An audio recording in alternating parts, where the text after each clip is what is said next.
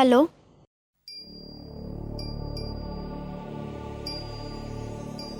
Minu Minu phone ধরেছে। কি করে কথা বলবো? আমার তো বড় মার সাথে কথা বলতে হবে। বড় মায়ের তো আবার মোবাইল ফোনও নেই। হ্যালো হ্যালো, কথা বলছেন না কেন? কে? হ্যালো। ও ও ফোন করেছে নাকি?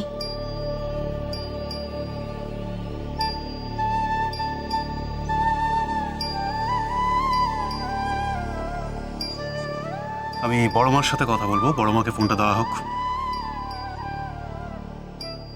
অর্ডার কাকে করছে? একটু অপেক্ষা করুন, বড় মাকে ফোনটা দেওয়া হবে। বড় মা, বড় মা, আমি ডাকছিস? তোমার ফোন। ফোন? কে?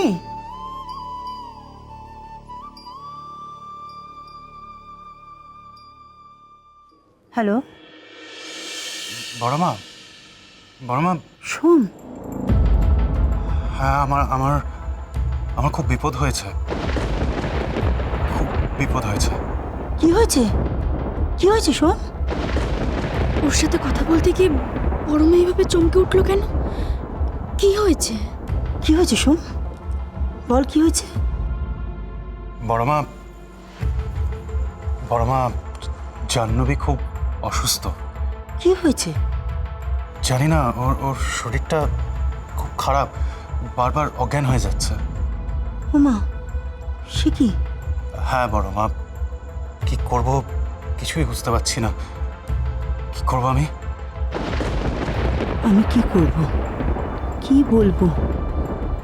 জাহ্নবী পেটেও তো পালবাড়িরই সন্তান। ওরও তো স্বাদ হওয়াটা জরুরি। তাছাড়া সোম বাড়িতে এলে মিনুরও ভালো লাগবে। কিন্তু কিন্তু মিনুর সামনে আমি সোমকে এই কথাটা বলি কি করে? বড় মা, বড় মা বলে দাও না কি করব। ও বড় মা। বড় মা, জাহ্নবীর শরীরের যা অবস্থা, ওকে আমি কি করে সামলাবো বুঝতে পারছি না।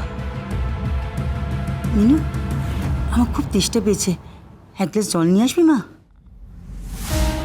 হ্যাঁ বড় মা।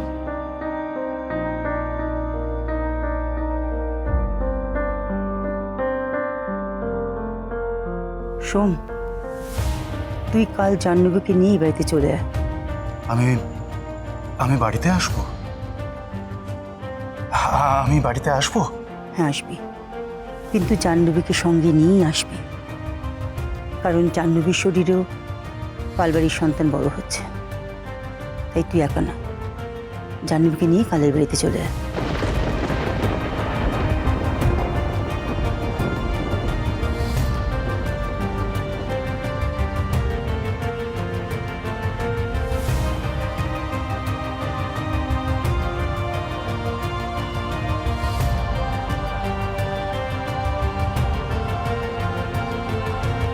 বড় মা কি আমায় ইচ্ছে করে ওখান থেকে সরে যেতে বলল? কিন্তু কেন? বড় মা ওর সাথে কি কথা বলছে? আচ্ছা, সবকিছু ঠিক আছে তো? ওর কোনো বিপদ হয়নি তো? হে রাধা মাধব, তুমি দেখো ঠাকুর, ওর যেন কোনো বিপদ না হয়। তুমি দেখো, তুমি দেখো ঠাকুর।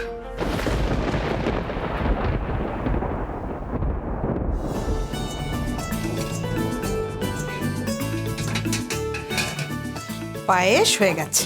হ্যাঁ, হয়ে গেল? আচ্ছা, এটা এখন এখানে থাক। হ্যাঁ, ঠান্ডা হলে তারপরে আমি মিনুর জন্য আলাদা একটা পাত্রে বেড়ে রাখছি। আহ, কি সুন্দর গন্ধ বেরিয়েছে। হবে না? ছোট বৌদির হাতে তৈরি পায়েস বলে কথা, সুন্দর গন্ধ তো বেরোবেই। আচ্ছা, আমি নুন হলুদ মাখিয়ে রেখেছি কই মাছগুলো। পাবদা মাছে দুটোতেই মাখিয়ে রেখেছি। খুব ভালো করেছো। মাছগুলোতে একটু নুন হলুদ ঢুকুক, তারপরে আমি আজ পাবদার তেল ঝাল বানাবো।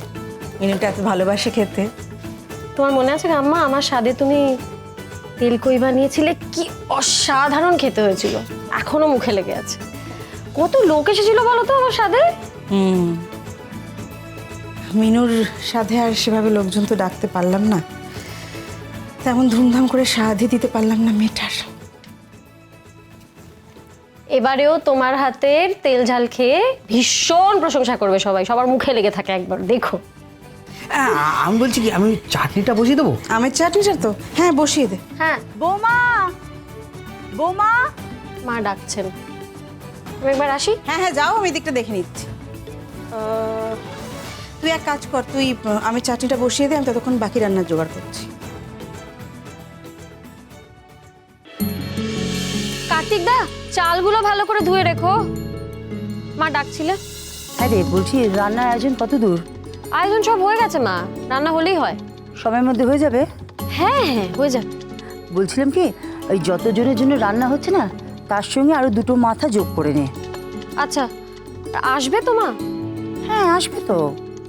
হ্যাঁ আসবে তো, আমি কে মানে কারা আসবে? কাজের বাড়ি, কত লোকজন আসবে, সেই লোকজনের সঙ্গে যদি হুট করে কেউ এসে যায়, যাতে প্রবলেমে না পড়ি, তাই বলছিলাম। মা কাদের কথা বললেন? কাদের জন্য রান্না করতে বললেন? কোন দুজন আসছে? অথচ মা তাদের নাম বলছেন না, তাদের জন্য রান্না করতে বলছেন। কারা?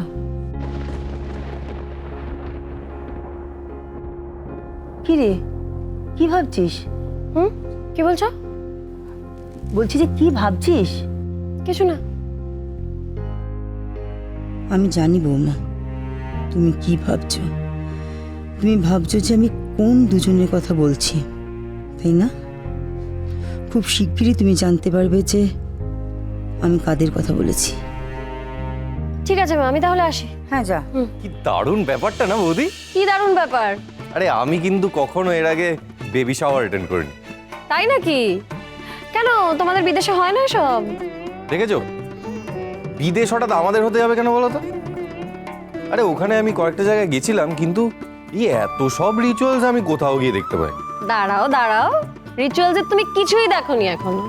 আশীর্বাদটা শুরু হোক, মিনু সেজে গুজে এসে বসুক, তারপর তুমি দেখবে রিচুয়ালসের ধুম। তাই নাকি? হুম আমি না বরং একটা কাজ করি, তাহলে পুরো ব্যাপারটা হুম। ভিডিও রেকর্ডিং করে রাখি। হ্যাঁ হ্যাঁ, খুব ভালো আইডিয়া, তুমি সেটাই করো, খুব মজা হবে। আমরা পরে সবাই মিলে বসে বেশ গুছিয়ে দেখবো। কিন্তু একটা সমস্যা আছে জানো তো, কি? আমার ক্যামেরাটা চার্জ করা নেই। তো তুমি এখন চার্জ করে নাও না তাড়াতাড়ি করে। না না, ওটাই তো প্রবলেম, আমার কেবলটা এসের থেকে খারাপ হয়ে আছে। কি করা যায় বলো তো? এ বাবা, আমি বরং চট করে গিয়ে একটা কেবল কিনে নিয়ে আসি, বুঝলে? এই দাঁড়াও দাঁড়াও দাঁড়াও, দরকার নেই তো কিনতে যাওয়ার। তুমি একটা কাজ করো না, তুমি সোমের ঘরে যাও, সোমের ক্যামেরার যে কেবলটা সেটা নাও, ওটা দিয়ে চার্জ করে নাও। তাই যাব? হ্যাঁ যা, সময় ঘর থেকে নিয়ে নে। ওর ঘরের ওই যে আলমারিটা আছে তার ড্রয়ারে রেখে দেয়, দেখ সেখান থেকে নিয়ে নে।